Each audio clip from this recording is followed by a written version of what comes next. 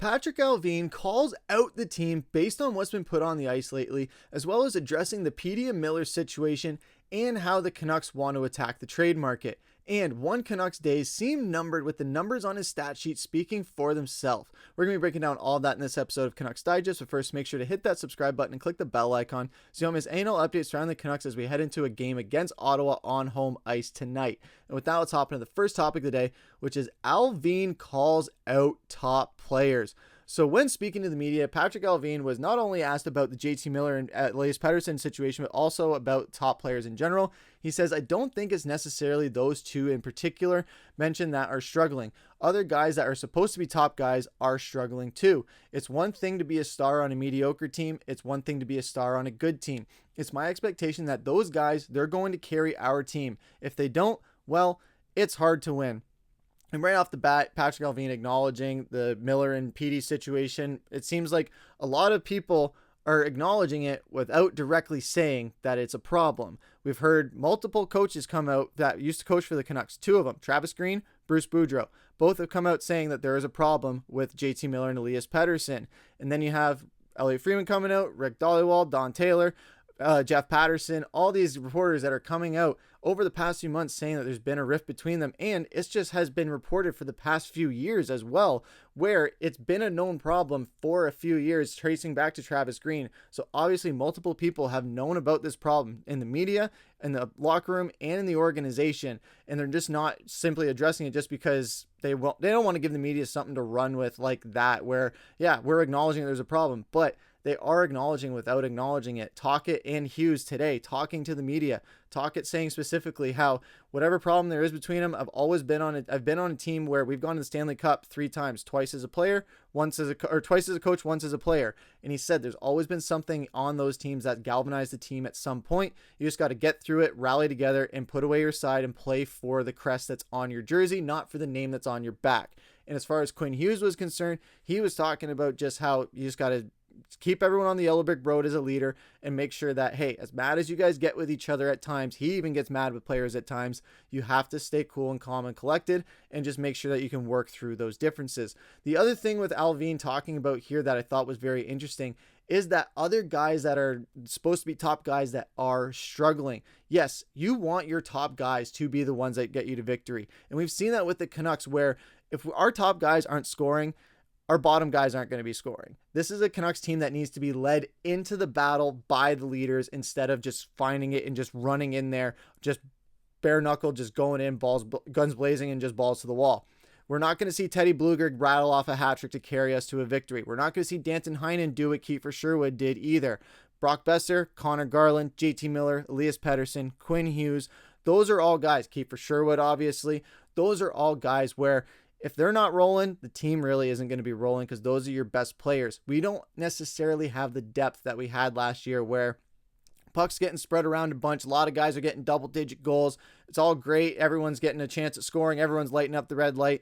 It seems like it's only been a few players. Yes, we've had a lot of goal scorers here and there, but as far as for the most part of our production, it's coming from those top 6 guys. So when those top 6 guys aren't running, that production is going to take a dip naturally. So I do love Allvin calling out all of them, saying if those guys don't carry the team, it's hard to win. We've seen guys like Brock Boeser, Kiefer Sherwood, Elias Pettersson at times has carried us too.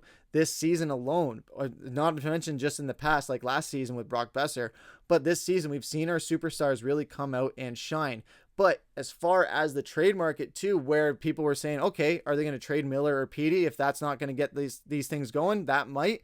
Well, when talking about the trade market, he says, we're always looking to see what's out there and what is available. I'm always interested in making this team better. At the end of the day, you're only going to go as far as your leadership group is leading, and it's not about points. It's about mentality.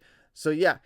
You can say that they're shopping all options right now, but it seems like there are probably some other names that the Canucks are interested in shopping, except for their two of their 4 superstars or 6 superstars if you're looking at Jake DeBrusk and Kiefer Sherwood as well. But who knows what the Canucks are going to do. We've seen so many surprises from this Canucks organization over the past 2 years, even alone, where March 3rd is going to be a very interesting day, if not beforehand. However, I don't think it's going to be Pettersson or Miller that gets on the chopping block, but that player is going to take us into our second topic of the day, which is Canucks trade talk.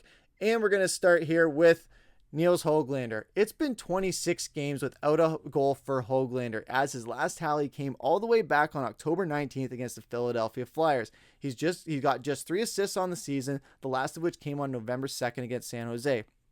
Poor production aside, Höglander's ice time has decreased all season long, and on Thursday he was a healthy scratch for the first time this season for the Canucks' loss to the Vegas Golden Knights. The biggest thing I want to look at here is the healthy scratch. We've seen guys like Daniel Sprong. He was healthy scratched. He was traded away. Vinny Desharnais, multiple healthy scratches. He is one of the other trade candidates to get traded away. We talked about it multiple times. And Nils Höglander is a player where even a few months ago, like 2 months ago, we talked about how the writing is seemingly on the wall for him. And once again, it is on the wall again here. As the season went on, Höglander was seemingly benched at the first sign of a defensive miscue, subsequently moved down the lineup. It was where Höglander really struggled to make an impact, as he was even less effective in playing in the bottom 6. Many believed it was Tocchet's responsibility to get Höglander's confidence back, and that the best way to do that was by feeding him higher minutes once again. So he moved him up to the third line. The increased ice time and longer leash only lasted 7 games when playing with Kiefer Sherwood and Teddy Bluger, but by the end of it, Höglander had no points and just 5 shots on goal to show for his effort. Appeared in just 7:48 in the Canucks win over Colorado and 10:16 in the loss over Utah, before being a healthy scratch on Thursday in Vegas. Now, the thing I want to look at here is Tocchet's responsibility to get Höglander's confidence back.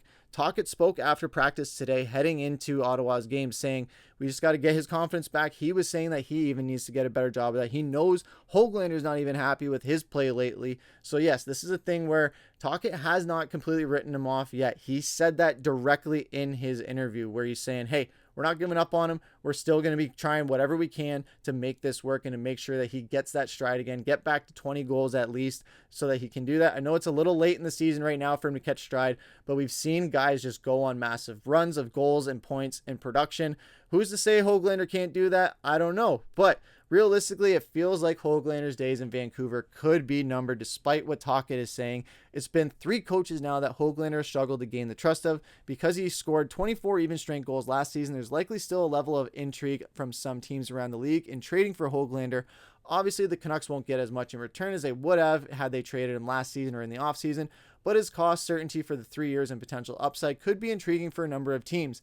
And that is one of the biggest things too, is that they just extended Höglander heading into this season. So if they didn't have this confidence in him, why would they go out and extend him? So clearly they have some confidence in him. They see something within Höglander, even though this season it has not translated as much. 31 games, 2 goals, 3 assists, 5 total points, only 28 shots, 12 giveaways, 7 takeaways, -5, and only averaging 11 minutes and 40 seconds time on ice. Definitely not what you want to see from a guy like Höglander, where season ago we saw 25 goals. We saw good production from him. We saw him really get going and be one of the shining bottom 6 guys on this team.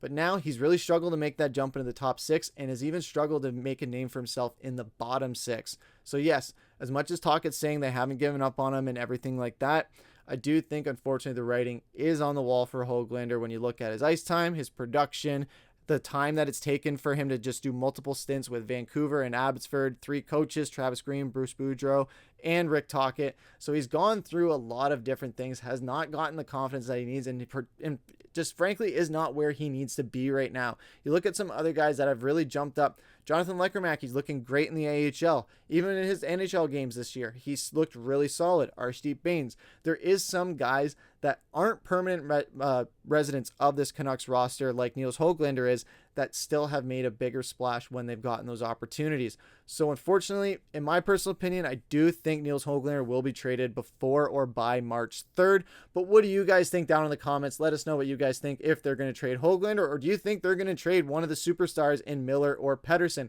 Let us know what you guys think down in the comments. But that's going to take us into our final topic of the day, which is comment of the day. And we see here from Ove saying it's a team sport, so you can't have players who don't act like team players. It's just ridiculous. No team wants a player like that. That's a big thing. Like Tocchet said, you play for the crest on your chest, not for the name on your back. And it seems like maybe there's some players in the organization or in the locker room that aren't entirely interested in doing that, but but they do say in the name of the team, but it could be one of those double-sided things.